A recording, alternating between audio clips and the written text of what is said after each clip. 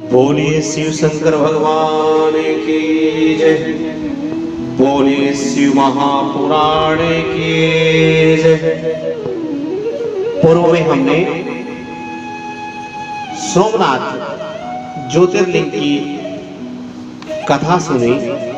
अब हम मल्लिका अर्जुन और महाकाल नामक ज्योतिर्लिंगों के आविर्भाव की कथा तथा उनकी महिमा का श्रवण करेंगे।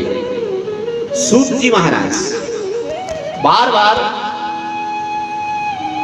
ऋषि मुनियों को कह रहे हैं कि यह कथा सुनने से और सुनाने वाले को और सुनने वाले को, इसका प्रचार करने वाले को और दूसरों को सुनाने वाले को भगवान शंकर मनोवांछित वर देते हैं। इसीलिए आप ये कथा ध्यान से सुनिए, लोगों को सुनाएं, आगे से आगे सभी को सुनाएं।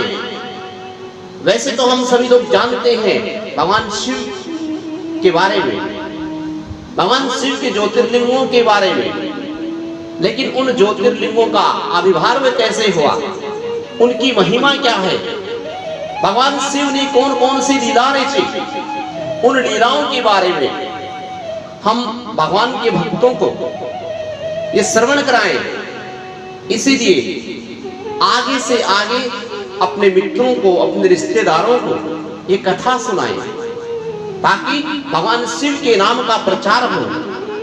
और श्रावण मास के इस पावन महीने में भगवान शिव के इस कथा का गुणगान का बहुत महत्व है।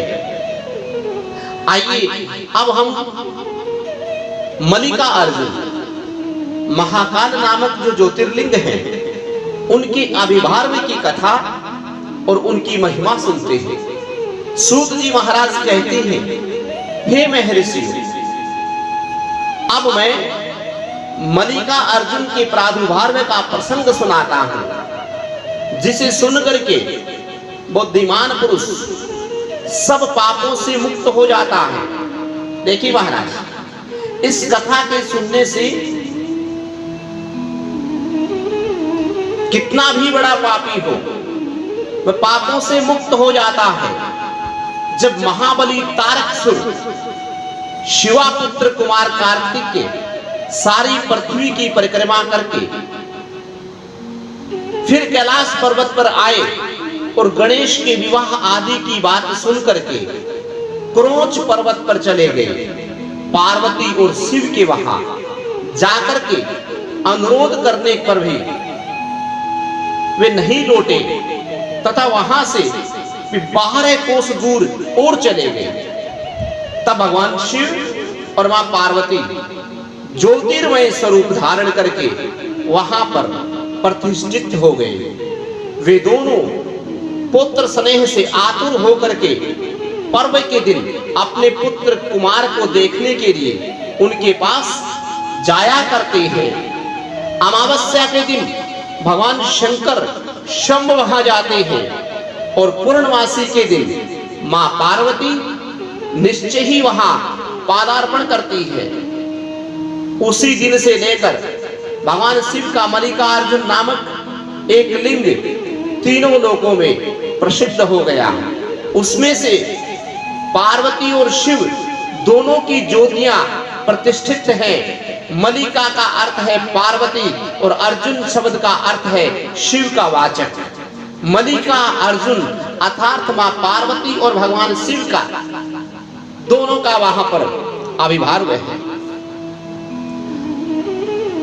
इस लिंग को जो दर्शन करता है वह समस्त पापों से मुक्त हो जाता है। देखिए भगवान के शिवलिंग की कितनी महिमा बताई है। मल्लिका अर्जुन शिवलिंग का दर्शन करने मात्र से मनुष्य अपने पापों से छूट जाता है और संपूर्ण अभीष्ट उनकी जो मनोइच्छा होती है वह प्राप्त कर लेता है। इसी प्रकार मल्लिका अर्जुन नामक यह दूसरा ज्योतिर्लिंग का वर्णन किया, जो दर्शन मात्र से लोगों के लिए सब प्रकार का सुख देने वाला बताया गया है। ऋषियों ने कहा कि हे प्रभु, अब आप विशेष कृपा करके जो तीसरा ज्योतिर्लिंग है उसका भी वर्णन कीजिए।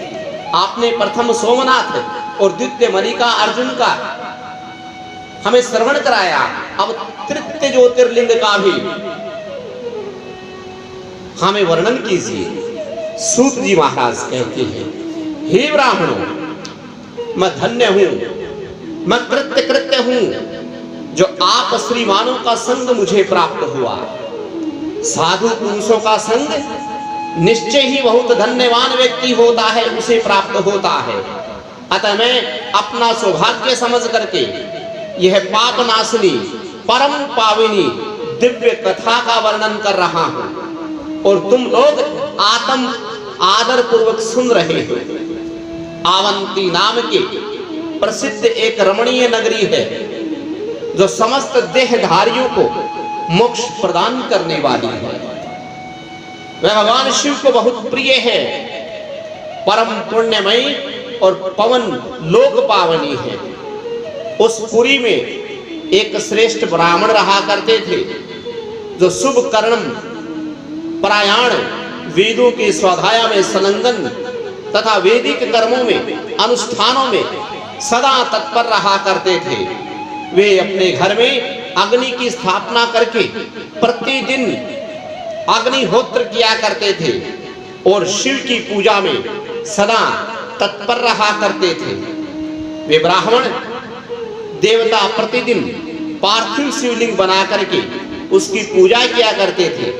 वेद प्रिय नामक वे ब्राह्मण देवता सम्यक ज्ञान जल में लोग रहते थे, इसीलिए उन्होंने संपूर्ण कर्मों का फल पाकर के वह सदगति प्राप्त कर ली जो संतों को भी सुलभ नहीं होती। उनके शिव पूजन परायण 4 तपस्वी पुत्र हुए जो माता पिता के सद्गुणों से कम नहीं थे। उनके नाम थे देवप्रिय, प्रिय मेघा, सुकृत और सुवर्त। उनके सुखदायक गुण वहां सदा बढ़ने लगे। उनके कारण आवंती नगरी ब्रह्म तेज से परिपूर्ण हो गई। यह महाराज भगवान का जो वैदिक नियम है, जिस नगर में, जिस घर में, जिस देवालय में ब्राह्मण, नगर में ब्राह्मण, घरों में ब्राह्मण नित्य भगवान की पूजा और सेवा हवनाख्य कर्म करते हैं, उस नगर में, उस घर में, उस देवालय में साक्षात भगवान होते हैं और उस नगर में शांति और सुखदायक जीवन व्यतीत सभी लोगों को मिलता है। यहाँ सुखदेव जी महाराज, सूत जी महाराज, सुखदेव आदि सभी ऋषियों को बता रहे हैं कि उस नगर में सुखदायक गुण वहां सदा बढ़ने लगा। उनके कारण अवंती नगरी उसी समय रत्नमाल पर्वत पर दूषण नामक एक धर्मद्वेषी असुर ने ब्रह्मा जी से वर पाकर के वेद, धर्म और धर्मात्माओं पर आक्रमण किया। अनंत में उसने सेना लेकर के अवंती नगर कहते हैं उज्जैन को, जो आज का उज्जैन, पूर्व समय का अवंती नगर, उज्जैन के ब्राह्मणों पर भी चढ़ाई कर दी। उसकी आज्ञा से 4 भयानक दैत्य चारों दिशाओं में प्रलय अग्नि के समान प्रकट हो गए। तुरंत वे शिव विश्वासी ब्राह्मण बंधु उनसे डरे नहीं। जब नगर के ब्राह्मण बहुत घबरा गए तब उन्होंने उनको आश्वासन देते हुए कहा, आप लोग भक्त वत्सल भगवान शंकर पर भरोसा रखें। यो कह करके शिवलिंग का पूजन करके वे भगवान शिव का ध्यान करने लगे। इतने में ही महासेना सहित दूषण ने आकर के उन ब्राह्मणों को देखा और कहा कि इन्हें मार डालो, बांध लो। वेद प्रिय के पुत्र उन ब्राह्मणों ने उस समय उस दैत्य की कही हुई ये बात नहीं सुनी। क्योंकि वे भगवान शंभु के ध्यान मार्ग में स्थित थे। उस दुष्ट आत्मा दैत्य ने जो ही उन ब्राह्मणों को मारने की इच्छा की, त्यों ही उनके साथ पूजित करने में पार्थिव शिवलिंग के स्थान में बड़ी भारी आवाज के साथ एक बहुत बड़ा गड्ढा प्रकट हो गया। उस गड्ढे से तत्काल विकट रूपधारी भगवान शिव प्रकट हो गए, जो महाकाल नाम से विख्यात हुए। वे दुष्टों को विनाश करने के लिए तथा सत्पुरुषों को आश्रय दाता है। उन्होंने उस दैत्य से कहा, अरे खल, मैं तुझे जैसे दुष्टों के लिए महाकाल प्रकट हुआ हूं, तुम इस ब्राह्मण और इन ब्राह्मणों के निकट से दूर भाग जाओ। ऐसा कह करके महाकाल शंकर ने सेना सहित दूषण को उसके अपने ओंकार मात्र से तत्काल भस्म कर दिया। कुछ सेना उनके द्वारा मारी गई और कुछ भाग गई। परमात्मा भगवान शिव ने दूषण का वध कर डाला और सूर्य को देख करके संपूर्ण अंधकार नष्ट हो जाता है, उसी प्रकार भगवान शिव को देख करके उसकी सारी सेना अदृश्य हो गई। देवताएं भी दुधुम्बियां बजाने लगे, आकाश से फूलों की वर्षा करने लगे। उन ब्राह्मणों को आश्वासन दे करके सुप्रसन्न हुए। ब्रह्म महाकाल महेश्वर भगवान शिव ने उनसे कहा, तुम लोग वर मांगो। उनकी यह बात सुन करके वे सब ब्राह्मण हाथ जोड़ करके भक्ति भाव से भली भांति प्रणाम करके नतमस्तक होकर कहने लगे, हे महाकाल, हे महादेव, दुष्टों को दंड देने वाले प्रभु, हे शंभो, आप हमें संसार सागर से मोक्ष देने वाले हैं। हे प्रभु, आप जन साधारण की रक्षा के लिए सदा यहीं पर रहो। हे प्रभु, हे शंभो, अपना दर्शन करने वाले मनुष्यों का आप सदा उद्धार करो। सूत जी महाराज कहते हैं, हे महर्षियों, उनके ऐसा कहने पर उन्हें सद्गति देकर भगवान शिव अपने भक्तों की रक्षा के लिए उस परम सुंदर गड्ढे में स्थित हो गए। वे ब्राह्मण मोक्ष पा गए और वहां चारों ओर की एक एक कोस भूमि लिंग रूपी भगवान शिव का स्थान बन गई। वे शिव भूतल पर महाकालेश्वर के नाम से विख्यात हुए। हे ब्राह्मणों, उनका दर्शन करने से सपने में भी कोई दुख नहीं आता। जिस जिस कामनाओं को लेकर के कोई उस लिंग की स्थापना करता है, उसे वह अपना मनोरथ प्राप्त कर लेते हैं तथा परलोक में मोक्ष मिल जाता है। इसी प्रकार सूत जी महाराज कहते हैं, हे प्रभु, इसी प्रकार भगवान शंकर महाकाल के रूप में ब्राह्मणों की रक्षा करने के लिए, उज्जैन की रक्षा करने के लिए महाकाल के रूप में प्रकट हुए और दुष्टों को दंड दिया। भगवान शिव के उपासक, भगवान शिव की पूजा करने वाले हमेशा भगवान शिव को प्रिय होते हैं और उनको सताने वाले भगवान शिव के द्वारा दंडित होते हैं। यही महाकालेश्वर भगवान शिव का आदेश है।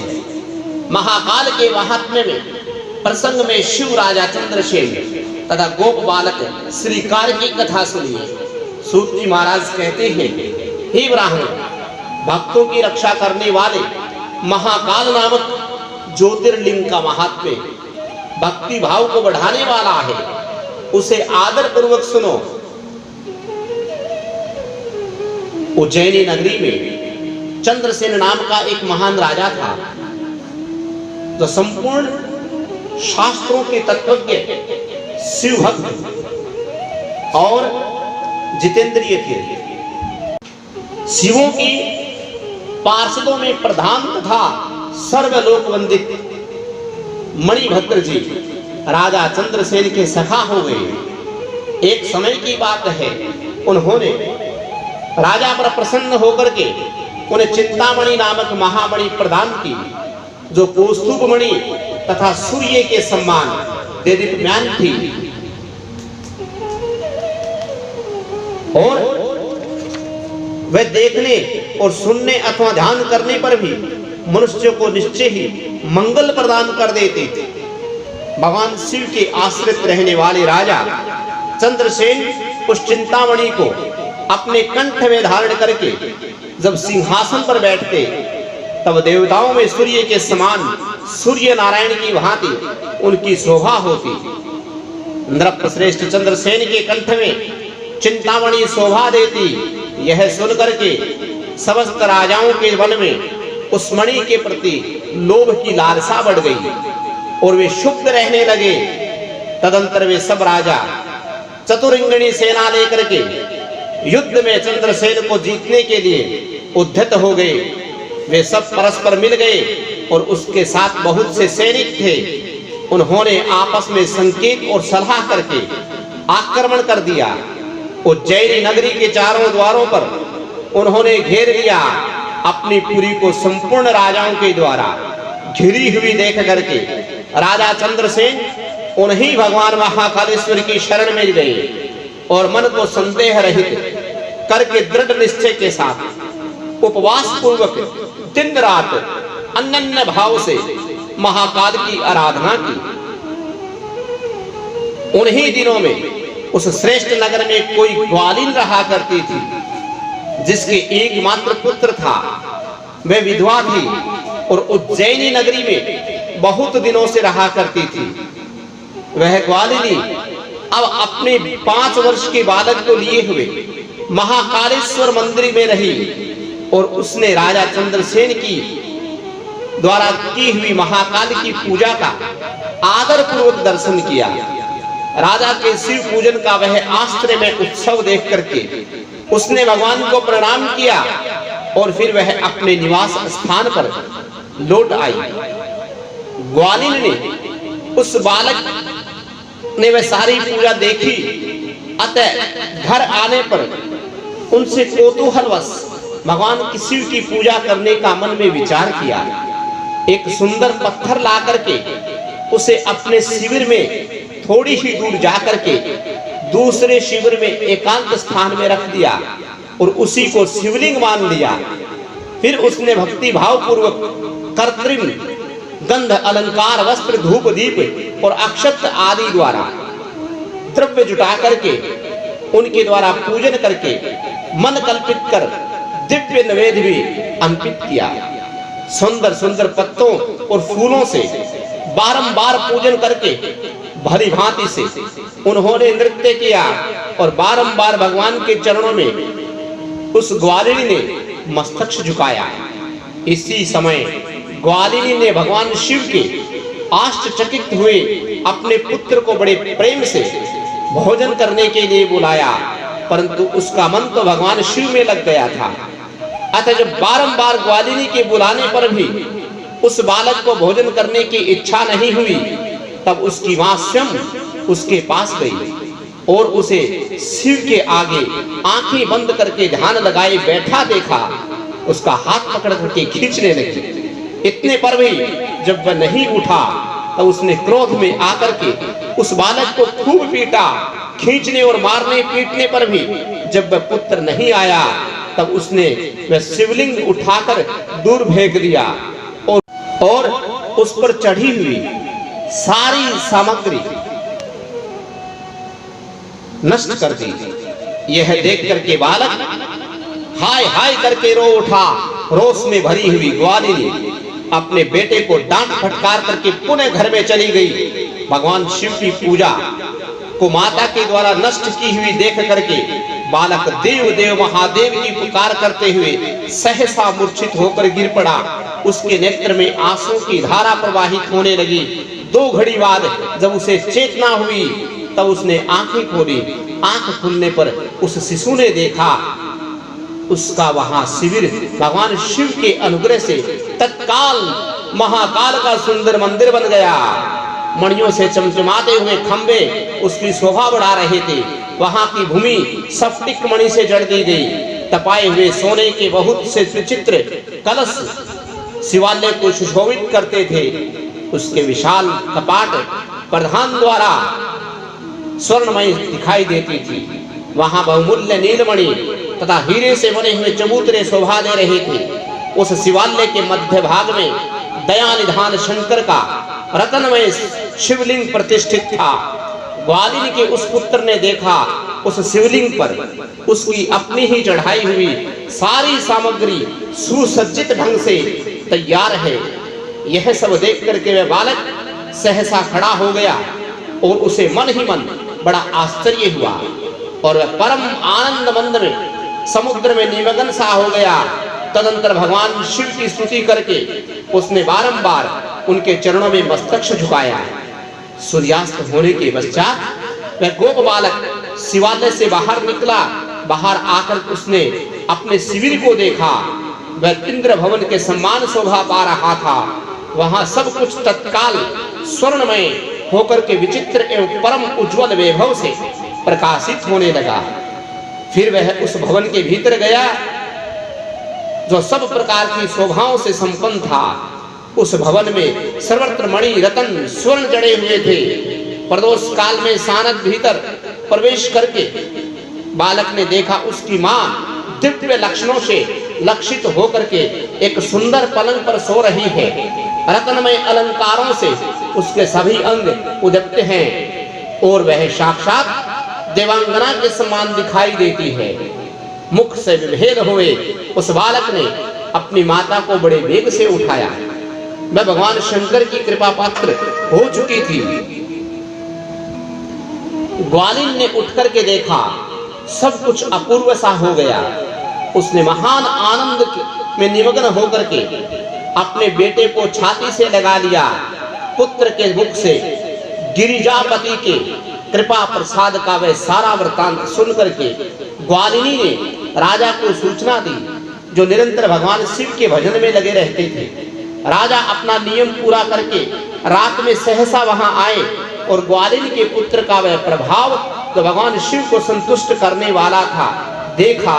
मंत्रियों और पुरोहितों सहित राजा चंद्रसेन वे सब देख करके परम आनंद के समुद्र में डूब गए और नेत्रों से प्रेम के आंसू बहाते हुए प्रसन्नता पूर्वक शिव के नाम का संकीर्तन करते हुए उन्होंने उस बालक को अपने हृदय से लगा लिया। हे ब्राह्मणों, उसी समय वहां बड़ा भारी उत्सव होने लगा। सब लोग आनंद विभोर होकर के माहेश्वर के नाम और यश का कीर्तन करने लगे। इसी प्रकार शिव का यह अद्भुत महात्म्य देखने से उज्जैन पुरियों वासियों को बड़ा हर्ष हुआ और इसी की चर्चा में सारी रात एक क्षण के समान उनकी बीत गई। युद्ध के लिए नगरों को चारों ओर से घेर करके खड़े हुए राजाओं ने भी प्रातः काल अपने गुप्तचरों के मुख से ये सारा अद्भुत चरित्र सुना। उसे सुनकर के वे सब आश्चर्यचकित रह गए और वहां आए और सब राजा एकत्र होकर के आपस में इस प्रकार कहने लगे, ये राजा चंद्रसेन बड़े भारी भक्त हैं, वो भी शिव भक्त हैं, अतएव इन पर विजय पाना बड़ा कठिन है।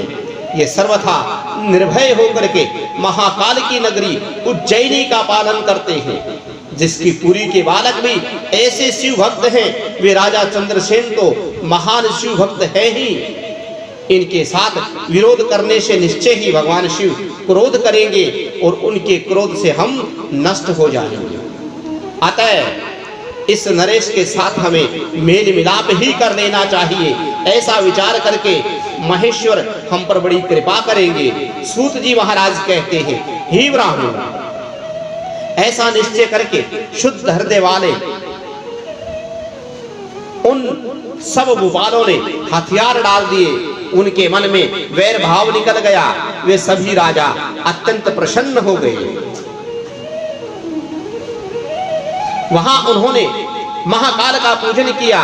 फिर वे सब के सब उस ग्वालिनी की महान आभिद्यपूर्ण दिव्य सौभाग्य की भूरी भूरी प्रशंसा करते हुए उनके घर गए। वहां राजा चंद्रसेन ने आगे बढ़कर के उनका स्वागत किया, सत्कार किया।